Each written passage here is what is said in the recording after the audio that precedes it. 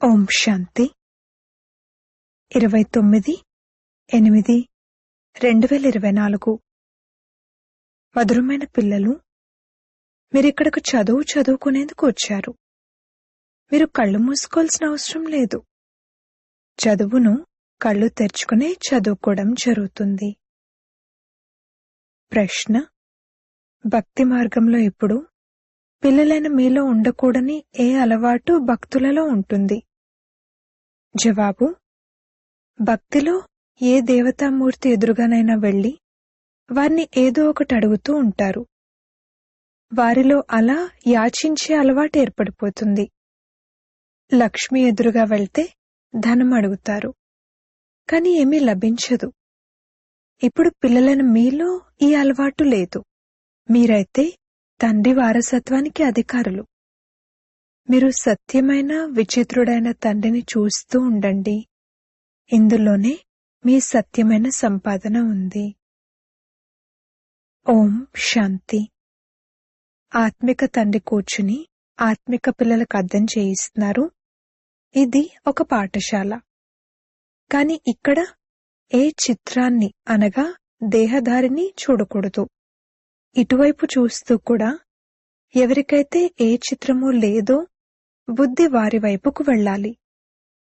స్కూల్లో పిల్లల అటెన్షన్ ఎప్పుడూ టీచర్పై ఉంటుంది. ఎందుకంటే వారు చదివిస్తారు కావున తప్పకుండా వారి మాటలను వినాల్సి ఉంటుంది, మళ్ళీ జవాబు ఇవ్వాల్సి ఉంటుంది. టీచర్ ప్రశ్న అడిగితే నేను చెప్తాను అని పిల్లలు సైగ చేస్తారు కదా. ఇక్కడ ఇది విచిత్రమైన స్కూల్. ఎందుకంటే ఇది విచిత్రమైన చదువు. వీరికి ఎటువంటి చిత్రమూ లేదు. చదువులో కళ్ళు తెరుచుకుని కూర్చోవాలి కదా. స్కూల్లో టీచర్ ముందు ఎప్పుడైనా కళ్ళు మూసుకుని కూర్చుంటారా? భక్తి మార్గంలో కళ్ళు మూసుకుని మాలను జపించడం మొదలైన వాటికి అలవాటు పడిపోయారు. సాధువులు కూడా కళ్ళు మూసుకుని కూర్చుంటారు. వారైతే మనస్సు చెలించకూడదని స్త్రీల వైపు చూడను కూడా చూడరు. కాని ఈ రోజుల్లో ప్రపంచం తమోప్రధానంగా ఉంది. తండ్రి పిల్లలను మీకు అర్థం చేయిస్తున్నారు. ఇక్కడ మీరు శరీరాన్ని చూసినా కాని బుద్ధి ఆ విచిత్రుని స్మృతి చేయడంలోనే ఉంటుంది. సాధు సన్యాసుల్లో శరీరాన్ని చూస్తూ ఆ విచిత్రుని స్మృతి చేసేవారు ఎవరూ ఉండరు. ఈ రథంలో ఉంటూ ఆ తండ్రి మనల్ని చదివిస్తున్నారని మీకు తెలుసు. వారు మాట్లాడతారు. చేసేదైతే అంతా ఆత్మయే. శరీరమైతే ఏమీ చెయ్యదు. ఆత్మ వింటుంది. ఆత్మిక జ్ఞానాన్నైనా లేక దైహిక జ్ఞానాన్నైనా వినేది మరియు వినిపించేది ఆత్మే. ఆత్మ దైహికమైన టీచర్గా అవుతుంది. శరీరం ద్వారా దైహికమైన చదువును చదువుతారు. అది కూడా ఆత్మే చదువుతుంది. మంచి లేక చెడు సంస్కారాలను ఆత్మే ధారణ చేస్తుంది. శరీరం బూడిదైపోతుంది. ఇది కూడా మనుషులెవరికీ తెలీదు. నేను ఫలానాను, నేను ప్రైమ్ మినిస్టర్ను అని వారికి దేహాభిమానం ఉంటుంది. ఆత్మనైన నేను ఈ ప్రైమ్ మినిస్టర్ శరీరాన్ని తీసుకున్నాను అని అనరు. ఇది కూడా మీరు అర్థం చేసుకుంటారు. అంతా ఆత్మే చేస్తుంది. ఆత్మ అవినాశి. శరీరం కేవలం ఇక్కడ పాత్రను అభినయించేందుకే లభించింది. ఇందులో ఒకవేళ ఆత్మ లేకపోతే శరీరం ఏమీ చేయలేదు. ఆత్మ శరీరం నుండి వెళ్ళిపోతే అక్కడ ఒక శవం పడి ఉన్నట్లు ఉంటుంది. ఆత్మను ఈ కనుల ద్వారా చూడలేరు. అది సూక్ష్మమైంది కదా. కావున తండ్రి అంటారు, బుద్ధి ద్వారా తండ్రిని స్మృతి చేయండి. మమ్మల్ని వీరి ద్వారా శివబాబా చదివిస్తున్నారు అని మీకు కూడా బుద్ధిలో ఉంది. ఇవి కూడా సూక్ష్మమైన అర్థం చేసుకోవాల్సిన విషయాలు. కొందరు బాగా అర్థం చేసుకుంటారు, కొందరు కొద్దిగా కూడా అర్థం చేసుకోరు. విషయం ఉన్నది కేవలం ఇదే. అల్ఫ్ అనగా తండ్రి అయిన భగవంతుడు. కేవలం భగవంతుడు లేక ఈశ్వరుడు అని అనడం ద్వారా ఆ తండ్రి సంబంధం ఉండదు. ఈ సమయంలో అందరూ రాతి బుద్ధి కలవారిగా ఉన్నారు. ఎందుకంటే రచయిత అయిన తండ్రి మరియు రచన ఆది మధ్యాంతాల గురించి వారికి తెలీదు. ఈ ప్రపంచ చరిత్ర మరియు భౌగోళం రిపీట్ అవుతూ ఉంటుంది. ఇప్పుడిది సంగం యుగం. ఇదెవరికీ తెలీదు. ఇంతకుముందు మనకు కూడా తెలీదని మీరు భావిస్తారు. బాబా ఇప్పుడు మిమ్మల్ని ఈ జ్ఞానం ద్వారా అలంకరిస్తారు. మళ్ళీ ఇక్కడి నుండి బయటకు వెళ్తే మాయ ధూళిలో పడేసి జ్ఞాన అలంకరణను పాడు చేస్తుంది. తండ్రి అయితే అలంకరిస్తారు, కాని తమ పురుషార్థాన్ని కూడా చేయాలి. కొంతమంది పిల్లలు ఆటవికుల్లా మాట్లాడతారు. అసలు అలంకరణే జరగనట్లుగా ఉంటారు. అంతా మర్చిపోతారు. ఏ విద్యార్థులైతే వెనక కూర్చునుంటారో వారికి చదువుపై అంతగా మనసు లగ్నమవ్వదు. అయితే వారు ఫ్యాక్టరీలు మొదలైన వాటిలో ఉద్యోగం చేసి షావుకారులుగా అయిపోతారు. కాని ఏమీ చదివి ఉండరు. ఇదైతే చాలా ఉన్నతమైన చదువు. చదువు లేకుండానైతే భవిష్య పదవి లభించదు. ఇక్కడ మీరు షావుకారులుగా అయ్యేందుకు ఫ్యాక్టరీలు మొదలైన వాటిలో కూర్చుని పనేమీ చేయాల్సిన అవసరం లేదు. అవన్నీ అంతమైపోనున్నాయి. కేవలం అవినాశీ సంపాదనే మీతో పాటు వస్తుంది. మనుషులు మరణిస్తే వట్టి చేతులతో వెళ్తారని, తమతో పాటు ఏమీ తీసుకువెళ్ళరని మీకు తెలుసు. మీరైతే నిండు చేతులతో వెళ్తారు. దీనిని సత్యమైన సంపాదన అని అంటారు. మీ ఈ సత్యమైన సంపాదన 21 జన్మల కొరకు ఉంటుంది. అనంతమైన తండ్రి సత్యమైన సంపాదనను చేయిస్తారు. పిల్లలైన మీరు ఈ చిత్రాన్ని చూస్తారు, కాని స్మృతి ఆ విచిత్రుడైన తండ్రినే చేస్తారు. ఎందుకంటే మీరు కూడా ఆత్మలే. కావున ఆత్మ తన తండ్రినే చూస్తుంది, వారి ద్వారా చదువుకుంటుంది. ఆత్మను మరియు పరమాత్మను మీరు చూడరు, కాని బుద్ధి ద్వారా తెలుసుకుంటారు. ఆత్మైన మనం అవినాశి, ఈ శరీరం వినాశి. ఈ తండ్రి కూడా ఎదురుగా పిల్లలైన మిమ్మల్ని చూస్తారు, కాని వారి బుద్ధిలో నేను ఆత్మలకు అర్థం చేయిస్తున్నాను అన్నట్లు ఉంది. ఇప్పుడు తండ్రి పిల్లలను మీకేదైతే నేర్పిస్తారో అదంతా సత్యమే సత్యము. ఇందులో అంశ మాత్రం కూడా అసత్యం లేదు. మీరు సత్యఖండానికి యజమానులుగా అవుతారు. ఇది అసత్యఖండము. కలియుగం అసత్యఖండం, సత్యుగం సత్యఖండం. రాత్రికి పగలుకు ఉన్నంత తేడా ఉంది. సత్యుగంలో దుఃఖం యొక్క మాటే ఉండదు. దాని పేరే సుఖధామం. ఆ సుఖధామానికి యజమానులుగానైతే అనంతమైన తండ్రే తయారు చేస్తారు. వారికి ఎటువంటి చిత్రమూ లేదు. మిగిలిన వారందరికీ చిత్రాలున్నాయి. వారి ఆత్మ పేరు మారుతుందా? వారి పేరు శివ మాత్రమే. మిగిలిన వారందరినీ ఆత్మనే అంటారు. ఇకపోతే శరీరాలకు పేర్లు పెట్టడం జరుగుతుంది. శివలింగం నిరాకారమైనది. జ్ఞానసాగరుడు, శాంతిసాగరుడు, ఇది శివుని మహిమ. వారు తండ్రి కూడా. కావున తండ్రి నుండి తప్పకుండా వారసత్వం లభించాలి. రచనకు రచన ద్వారా వారసత్వం లభించదు. వారసత్వాన్ని రచయితే తమ పిల్లలకి ఇస్తారు. తమ పిల్లలుండగా తమ్ముడు పిల్లలకు వారసత్వాన్ని ఇస్తారా? అలాగే అనంతమైన తండ్రి తమ అనంతమైన పిల్లలకు వారసత్వాన్ని ఇస్తారు. ఇది చదువు కదా. చదువు ద్వారా మనుషులు బ్యారిస్టర్ మొదలైన వారిగా అవుతారు. చదివించే వారితో మరియు చదువుతో యోగం ఉంటుంది. ఇక్కడ చదివించేవారు విచిత్రుడు. ఆత్మలైన మీరు కూడా విచిత్రులే. తండ్రి అంటారు, నేను ఆత్మలను చదివిస్తాను. మమ్మల్ని తండ్రి చదివిస్తున్నారు అని మీరు కూడా భావించండి. తండ్రి ఒకేసారి వచ్చి చదివిస్తారు. చదివేదైతే ఆత్మే కదా. సుఖదుఖాలను ఆత్మే అనుభవిస్తుంది, కాని శరీరం ద్వారా అనుభవిస్తుంది. ఆత్మ వెళ్ళిపోతే ఇక శరీరాన్ని ఎంత కొట్టినా అది మట్టిని కొట్టినట్లే. కావున తండ్రి పదే పదే అర్థం చేయిస్తున్నారు. స్వయాన్ని ఆత్మగా భావిస్తూ తండ్రిని స్మృతి చేయండి. నంబర్ వారుగా ధారణ చేస్తారని బాబాకు తెలుసు.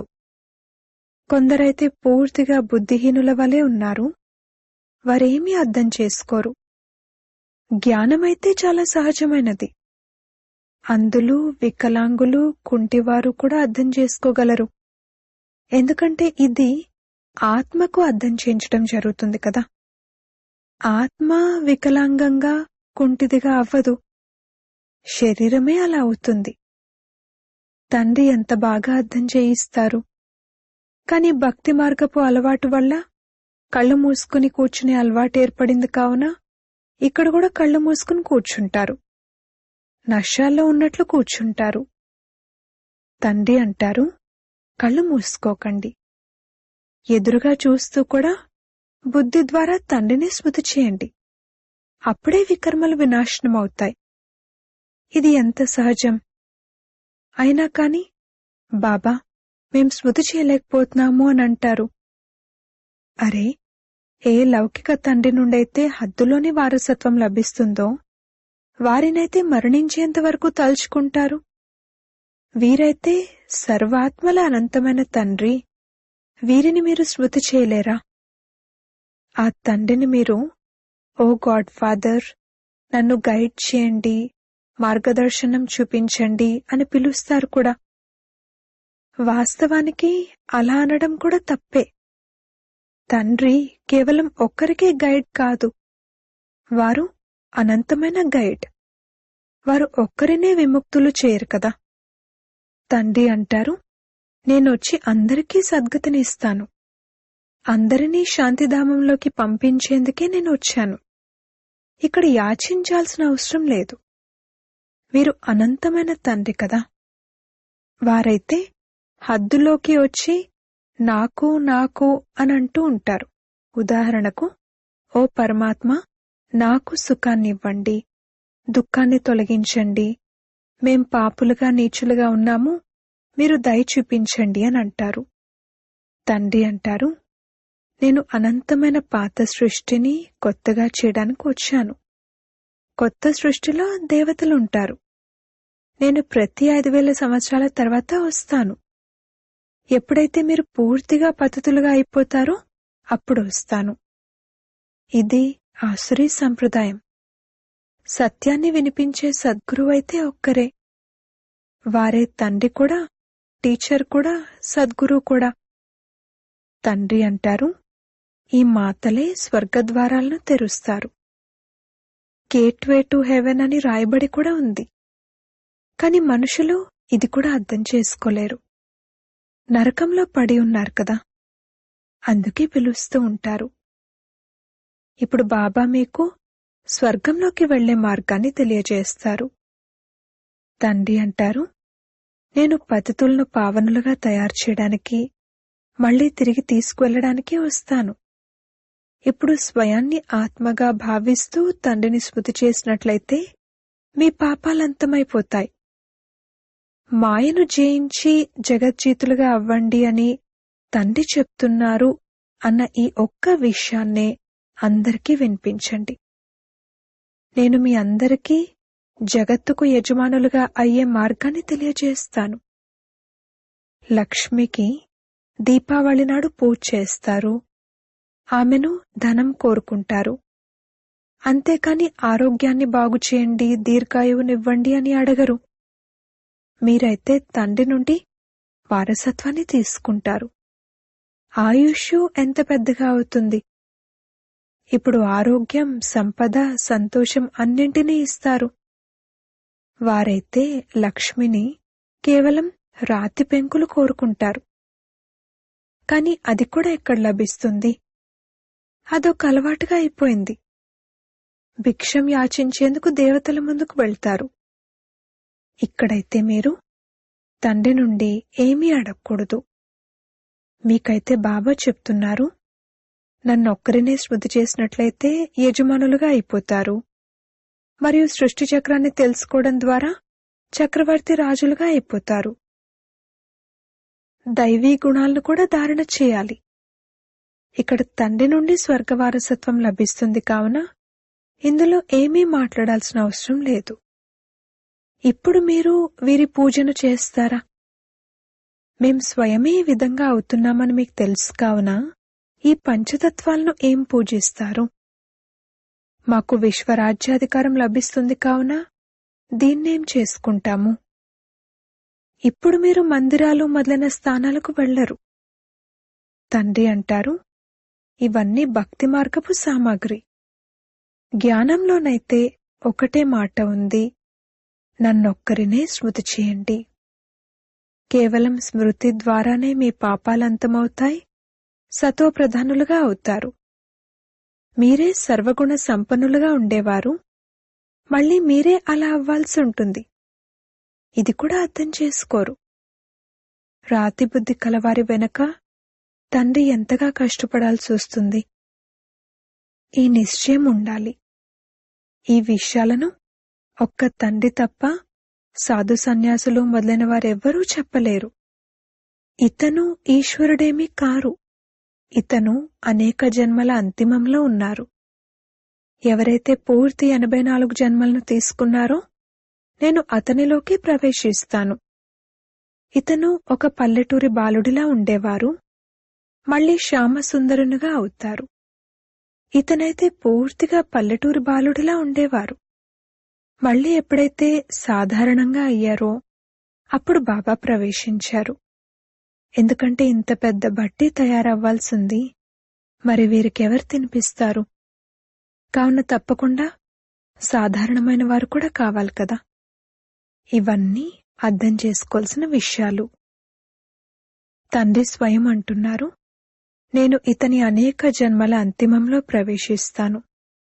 ఎవరైతే అందరికన్నా పతితునుగా అయ్యారో అతనే మళ్లీ అందరికన్నా పావనంగా కూడా అవుతారు. 84 జన్మలను ఇతనే తీసుకున్నారు. తతత్వం. అలా ఇతనొక్కరే కాదు కదా, ఎంతోమంది ఉన్నారు కదా. సూర్యవంశీలుగా చంద్రవంశీలుగా అయ్యేవారే ఇక్కడకు నంబర్వార్ పురుషార్థానుసారంగా వస్తారు. మిగిలిన వారెవ్వరూ నిలవలేరు. ఆలస్యంగా వచ్చేవారు జ్ఞానాన్ని కూడా కొద్దిగానే వింటారు, మళ్లీ ఆలస్యంగానే వస్తారు. అచ్చా, మధురాతి మధురమైన సికిలదే పిల్లలకు మాతాపిత బాప్దాదాల ప్రియ స్మృతులు మరియు గుడ్ మార్నింగ్. ఆత్మిక పిల్లలకు ఆత్మిక తండ్రి నమస్తే. ధారణ కొరకు ముఖ్య సారము.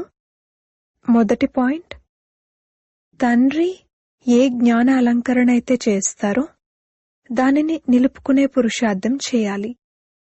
మాయ యొక్క ధూళిలో జ్ఞాన అలంకరణను పాడు చేసుకోకూడదు. చదువును బాగా చదువుకుని అవినాశీ సంపాదన చేసుకోవాలి. రెండవ పాయింట్, ఈ చిత్రాన్ని అనగా దేహధారిని ఎదురుగా చూస్తూ బుద్ధి ద్వారా విచిత్రుడైన తండ్రిని స్మృతి చేయాలి. కళ్ళు మూసుకుని కూర్చుని అలవాటు చేసుకోకూడదు. అనంతమైన తండ్రి నుండి ఏమీ యాచించకూడదు. వరదానము. సమయం యొక్క మహత్వాన్ని తెలుసుకుని ఫాస్ట్ నుండి ఫస్ట్లోకి వచ్చే తీవ్రగతి యొక్క పురుషార్థి భవ. అవ్యక్త పాత్రలో వచ్చిన ఆత్మలకు లాస్ట్ నుండి ఫాస్ట్, ఫాస్ట్ నుండి ఫస్ట్లోకి వచ్చే వరదానం ప్రాప్తించింది.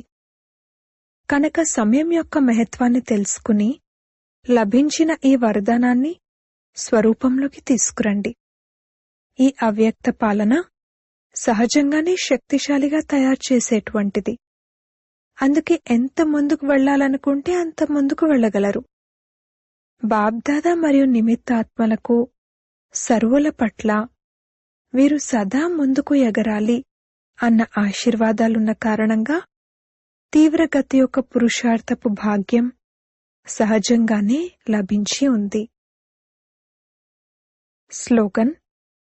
నిరాకారము మరియు సాకారము ఈ మహామంత్రపు స్మృతి ద్వారా నిరంతర యోగులుగా అవ్వండి. ఓం శాంతి.